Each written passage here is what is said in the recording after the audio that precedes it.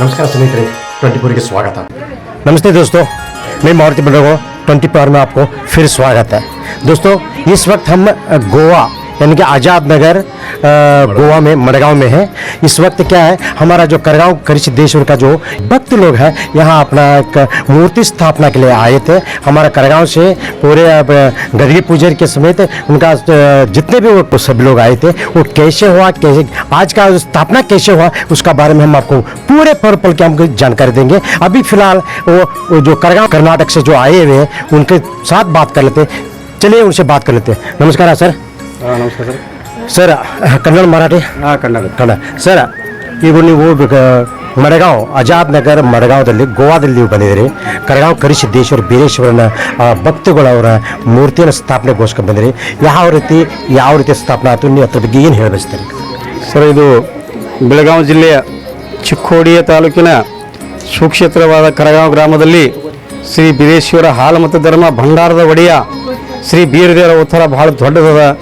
ಈ ಗೋವಾದಲ್ಲಿ ಈ ಭಕ್ತರ ಭಕ್ತಿಗೆ ಮೆಚ್ಚಿ ನಾನು ನಿಮ್ಮ ಮನೆಯಲ್ಲಿ ವಾಸವಾಗಿರ್ತೇನೆ ಅಂತ ಅವರ ಕನಸಿನಲ್ಲಿ ಬಂದು ಹೇಳಲಿ, ಬೇಕಾದ್ರೆ ಅವರ ಪ್ರತ್ಯಕ್ಷವಾಗಿ ಹೇಳಲಿ, ಅವರ ಸಂಕಷ್ಟ ಬಯಲು ಮಾಡಿ ಹೇಳಲಿ, ಆ ಗೋವಾದಲ್ಲಿ ಬಂದು ಆಜಾದ್ ನಗರದಲ್ಲಿ ಬಂದು ಅವರ ಮನೆಯಲ್ಲಿ ಇವತ್ತಿನ ದಿವಸ ಅಕ್ಷಯ ತೃತೀಯ ದಿವಸ ಶ್ರೀ ಬೀರೇಶ್ವರ ದೇವರಾದಂಥ ಕರಗಾಂವ್ ಗ್ರಾಮದ ಬಂಡಾರದ ಒಡೆಯ ಹಾಲು ಮತದ ಒಡೆಯ ಶ್ರೀ ಬೀರದೇವರು ಬಂದು ಅವರ ಮನೆಯಲ್ಲಿ ಪ್ರತಿಷ್ಠಾಪನೆ ಮಾಡಿದ್ದಾರೆ.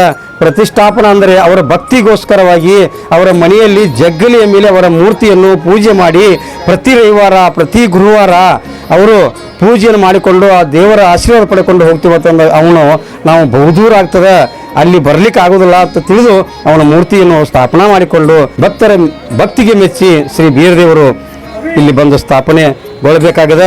ಇವತ್ತಿನ ದಿವಸ ಇಲ್ಲಿ ಜಾತಿ ಕುಲ ಭೇದ ಯಾವುದೇ ಇಲ್ಲದಂಥ ಈ ಸ್ಥಾನದಲ್ಲಿ ಬಂದ, ಅದು ಗೋವಾ ಒಂದು ಅದರಲ್ಲಿ ಬಂದು ಈ ಭಗವಂತ ಇಲ್ಲಿ ನೆಲೆಸಿದ ದೊಡ್ಡ ಇದು ಇಲ್ಲಿ ಭಕ್ತಾದಿಗಳು ಬಹಳ ಅದಾರ.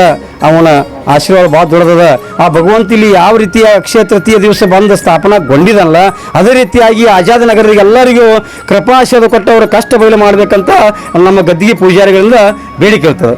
ओके सर, जैसे कहने का मतलब करगांव करिसिद्धेश्वर बीरेश्वर की इतने बड़ा पवाड़ है ना, पूरे हमारा राज्य ने अलग अलग राज्यों में भी उनका जो प्रभाव फैल रहा है। इसके साथ हम गोवा में भी पहुंच गया। यहाँ के भक्त लोगों के मतलब उनका कहने का मतलब है उनके सपने में हो या तो उनके मन में हो, उनके भक्ति को कि उनके प्रभाव होकर उन्होंने क्या कहा कि तुम्हारा घर में स्थापना होना है, तो उनके मन में आया होगा। तो इसलिए उन्होंने क्या है, इस वक्त आज अक्षय तृतीया एक प्रभावी दिन है। आज बहुत ही शुभ दिन के दिन आज श्री करिसिद्धेश्वर आकर गोवा में उनके घर में विराजमान हो चुका है। हम भी हमारे तरफ से और गदगी पूजरी के सम्मत आया, और मैं भी एक बीरप्पा का पूजरी भी हूँ। इसके साथ मैं पूरे आज़ाद नगर वासियों को मैं शुभकामनाएं देता हूँ ताकि बीरेश्वर आप लोगों को सदैव खुश और खुशहाल रखे। मैं मारुति बंडगो 24। दोस्तों ये वीडियो आपको कैसे लगा कमेंट कीजिए, लाइक कीजिए, शेयर कीजिए। हाँ, बेल बटन दबाना न भूलिए क्योंकि हमारा वीडियो सबसे पहला आपको मिले। नमस्कार।